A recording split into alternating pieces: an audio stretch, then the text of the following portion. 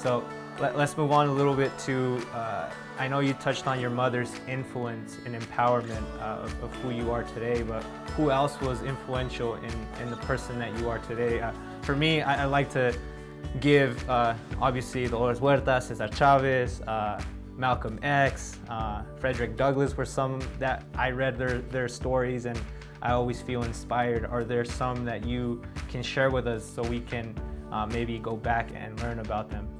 Well, of course, my Girl Scout leader, whom I met when I was 8 years old, and I was a Girl Scout for 10 years of my life till I was 18 years old. I kind of graduated out of the Girl Scouts because, again, the theme of the Girl Scouts is of service to others. And I learned a lot about nature because we used to go camping and how we have to take care of nature and take care of our earth. And of course, that is what we're trying to do now with the environmental justice movement. And then, of course, the men in my that had a great influence on me also was Fred Ross Sr. And you can Google him. And he's the one that taught Cesar Chavez and myself how to do grassroots organizing. And that is, of course, how we were able to form the Farm Workers Union, Cesar Chavez and myself. And I still use that method of organizing for our Dolores Huerta Foundation. And, it basically to show people at the grassroots level that they have power and that they can change things and that they don't have to wait for somebody to come and do it for them, but that they've got to be engaged civically, they've got to register to vote, they've got to become citizens, and they've got to take direct action with their public officials, whether it's a school board or city council or board of supervisors. And so they've got to engage because this is the only way that we can keep democracy alive. And then of course I learned a lot from Cesar Chavez also, and I think he learned a lot from me. I think so too. And I remember hearing something where you guys actually would have arguments, and I think sometimes this, I'll say modern, right? If we have an argument, it's almost like we are in two separate spectrums, right? And sometimes it's okay to have disagreements, and I think one of the things that we've lost is that engagement and conversation and finding out why a person thinks this way or what about that person in their environment were made to think a certain way. And I think that's beautiful that you talk about Cesar Chavez too, and that you say that he learned a lot from you too, because I know it's a two-way street. When you're really open to somebody and someone inspires you, you have to kind of have that back and forth. So thank you for sharing that with us. And Cesar was like that. Cesar, he always surrounded himself with people that he thought were smarter than him. But I have to say this, that Cesar was such a genius, but he was always open to hear other people's opinions. And I think that's what made him a great leader.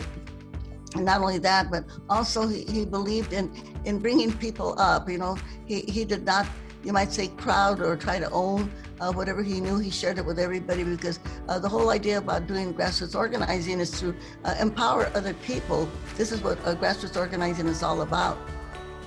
I love that. So last year, everything shut down, and I think it gave us a social conscious awakening, I think you could say. When things started opening back up, you saw a lot of sports using their platform to advocate for social justice issues. So you see a lot of these players using their platform to bring light to social justice. And for me, I would love to hear what advice you have for these players, these athletes that are advocating for justice using their platform. Well, I would say to bring up the subject about racial discrimination, about wealth inequality that we have in our country. And we all have to take some types of action to make this happen. Like they say today, it's not enough to be, it's not enough to just say I'm not a racist. We have to be anti-racist. And we have to constantly remind people that there is only one human race, only one. Homo sapiens, okay? Yeah. So we should never use the word race unless it's attached to the word human. And remind everybody that our human race, Homo sapiens, began in Africa. And this is where human civilization began. And as our Homo sapiens have traveled across the planet, they got lighter in skin, got different colors of hair, different colors of eyes, but it didn't take away from the fact that we are just one human race. So we can say to all the white supremacists out there, the neo-Nazis, the KKK. Get over it. You're Africans, okay? Just get over it. So we can constantly remind people that we are one human race, and as we were talking about New Mexico, we have to care for each other. We have to protect each other. We have to share whatever we have with each other. And I know that the soccer teams out there, that they can do this because they have a lot of fans and people that will listen to them. So if we can use your stature or whatever you're doing to constantly promote those messages of equality. And then also to make sure people get involved, remind them to vote and to be informed about what's going on right now in our country. We have all these bills in the Congress, like I mentioned, the Equal Rights Amendment.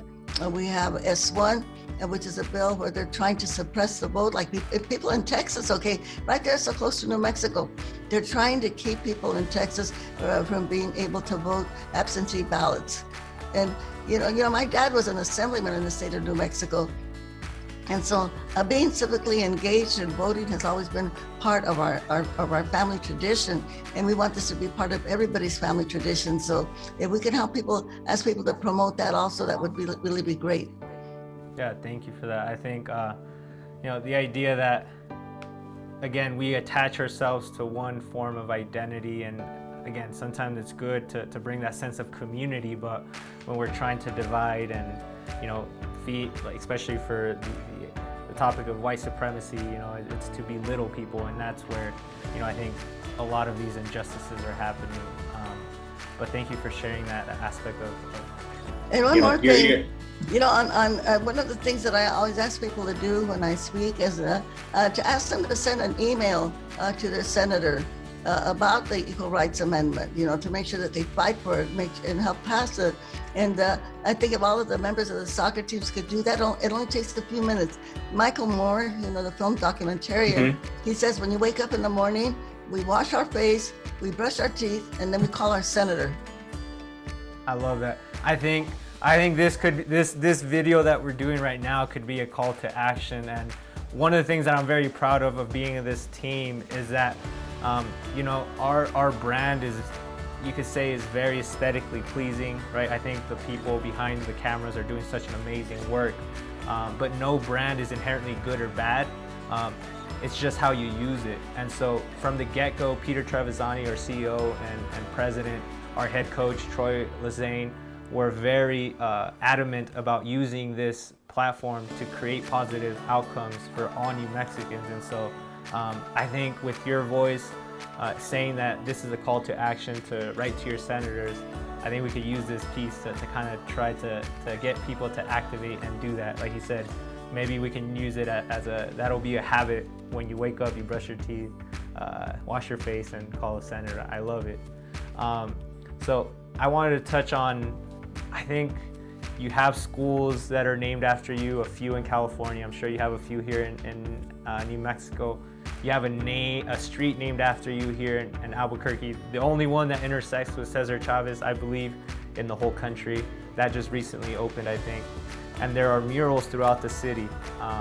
But how does it make you feel to have a day dedicated to you where people go out and do service in your honor? How does that feel?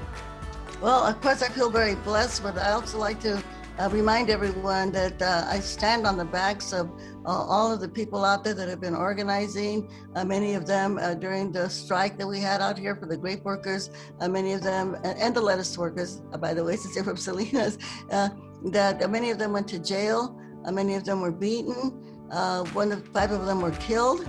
In fact, we have 2. One of the lettuce workers that was killed was Rufino Contreras, who was killed down. He was from Mexicali, and he was killed there in Calexico because he went into a lettuce field where there were strike breakers, and he was met with a hail of 80 bullets, and they killed him. So I stand on the backs of our martyrs, Nan Friedman, a young Jewish girl from Boston who went down to help sugarcane workers when they were on strike, and she was run down by a truck. We have Naji Daipala, a young Arab from Yemen who was killed by one of the sheriff's deputies here in Bakersfield in Kern County here. And then we have, I mentioned Rufino Contreras and Rene Lopez, a young a 20-year-old who was killed because he organized his a company to vote for his workers to vote for the union. And we have Juan de la Cruz also, who was shot by a labor contractor. So, you know, these I stand on the backs of all of these people when I get these awards, and so I like to mention them so that people will know the struggles and the sacrifices of so many just to get basic human rights. I think it's beautifully put in terms of, you know, we sometimes only see people for the accolades and the success, but we have to realize too that there have been a lot of sacrifices. Like you said, there have been a lot of lives lost, and sometimes I think this generation might take it for granted that there was so many people that fought for, like you said, basic human rights. The fact that, you know, before the UFW, right, there probably weren't any restrooms. They probably didn't have any breaks. They didn't get any water, right? They didn't have any workers' comp, right? Things like that are just human basic rights. I think is something that we should always remember and always strive to improve, I think. But we'll move on to the foundation work. Would you like sharing a little bit about your foundation? And obviously you already gave us a call for action, but how can we support your foundation and the work that you guys do? Well, thank you. Well, you know, we're doing a lot of work right now. We have 70 people that are going to door canvassing right now. Of course, they got their shields and they've got their masks, giving people masks, but also giving them information on where they can get resources. And by the way, they're also setting up appointments for them to get vaccinated, okay? Because we want to get everybody vaccinated so we can, you know, control this pandemic that we have right now. We have a big youth group, and of course, they work with us on many of our projects that we do, but also we're working very big in the educational system because a lot of our children of color are not getting an equitable education. We sued our high school district because they expelled, pushed out of school 2,100 Black and brown students, and we won that lawsuit. And so we're active in about 17 different school districts, giving recommendations on how they can make the school system better for our children of color. Another place that we're active, a place called California City, 8 out of the 10 Black kids were being expelled and suspended. And so we've got some victories there. There's a new superintendent that they have set up an African American advisory committee. So we're doing all this work on COVID-19 right now. And by the way, we're active in like 4 different counties in the Central Valley of California, Kern Tulare and Fresno, and also in the high desert, the Antelope Valley, which is part of LA County. So we're also working on a bill here in California. We've got a bill in the legislature to give health care for all of our undocumented people in the state of California. It's called Health Care for All. So we've got a lot of different pieces of legislation that we're also working on. So we're very, very busy. But the great thing is when you organize people at the grassroots level, and then you have a lot of people that can help you do the work. And so we're also working on redistricting, which, you know, is another very big issue to make sure that people of color have representation at the state legislature, the school board, and in the Congress.